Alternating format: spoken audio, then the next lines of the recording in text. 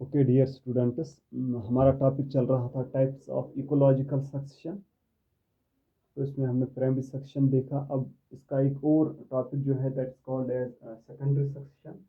ये secondary succession है, ये वहाँ पर सामने आ जाता है, यानी प्राइमरी सक्सेशन के बाद ये स्टेज आ जाती है। ठीक है ना।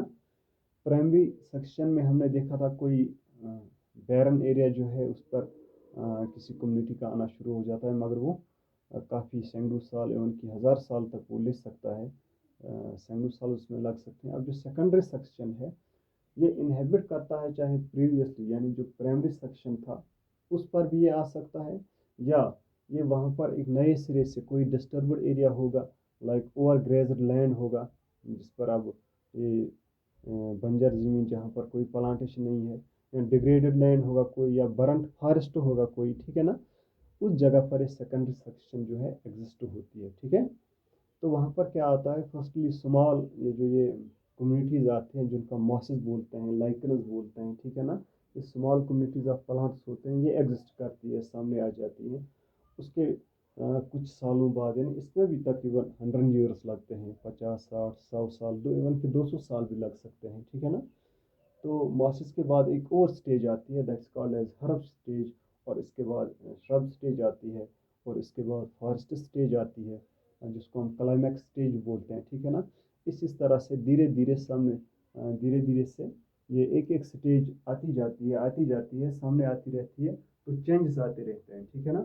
यानी पहले मॉस स्टेज है, फिर है हर्ब स्टेज, फिर है श्रब स्टेज, फिर है फॉरेस्ट स्टेज और क्लाइमैक्स स्टेज जिसको हम बोलते हैं। तो ये सामने आ जाती है। ठीक है ना। तो इस बुनियाद पर इसके कुछ टाइप्स भी लिखते हैं, कुछ बुकें उसकी ये टाइप्स बोलते हैं, या ये जो स्टेजेस हैं ये मुख्तलिफ प्रकार जहाँ पर इस सेकेंडरी सेक्शन होती है। ये जैसे मैंने लिखा भी है लास्ट पे, हेड्रो आर्क, मीजो आर्क और ज़ीरो आर्च जो है, ये उसके कुछ टाइप्स भी निकल सकते हैं, या इन इन जगहों पर ये सेकेंडरी स्टेज जो है, सेकेंडरी सक्सीजन जो है वो आती रहती है। ठीक है ना। जैसे अगर ये वाटर में होगा, कोई पांड है या लेक है, उसका हम बोलते हैं हेड्रो आर्च। ठीक है ना। वहाँ पर कोई कम्युनिटी बन जाती है वाटर बॉडीज़ में। ठीक है ना। इसी तरह मीज़ो आर्च ये वो एरिया होता है जो मॉइस्चराइज्ड होता है, जिसमें अक्सर व बेशतर क्या रहता है, पानी या मॉइस्चर रहता है। ठीक है ना। डैम जैसे हम वो बोलते हैं ना, उस हिसाब से वो ज़मीन वहाँ पर होता है, एरिया होता है। तो उसमें भी ये चेंजेस आती है, सक्सेशनज आती हैं, मुख्तलिफ कम्युनिटीज़ सामने आती है। ये भी एक किस्म का टाइप बनता है इसमें, किसमें, सेकेंडरी सेक्शन में। इसी तरह ज़ीरो आर्च वो एरियाज हो गए जो डेजर्टी होंगे, सैंडी होंगे, रॉकी एरियाज होंगे। ठीक है ना। उन पर भी ये जो ये इस्टेब्लिशमेंट ऑफ डिफरेंट कम्युनिटीज़ होती रहती है। धीरे धीरे वहाँ पर भी एक क्लाइमेक्स और फाइनल स्टेज सामने आ जाती है, तो वो ज़ीरो आर्च कहलाती है। ठीक है ना। मुख्तलिफ स्टेज इसमें सामने आती है। जैसे अगर हम वाटर की ही बात करेंगे, वाटर में अगर हम यहाँ पर देखते हैं, ये जो यहाँ पर हेड्रो आर्च है, हेड्रो आर्च में मुख्तलिफ स्टेज आ सकते हैं, जैसे फाइटोप्लैंक्टन स्टेज आ सकता है पहले।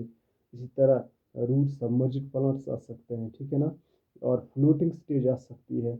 इसी तरह रीड स्वेंट स्टेज आ सकती है, और मीडो स्टेज आ सकती है। इस तरह लास्ट पे फॉरेस्ट स्टेज सामने आ सकती है। ठीक है ना। तो ये मुख्तलिफ स्टेज है, इसमें आ सकते हैं। तो इस तरह से ये जो है ये टॉपिक इकोलॉजिकल सक्सेशन ये इख्तिताम पजीर हो गया। ठीक है। ओके।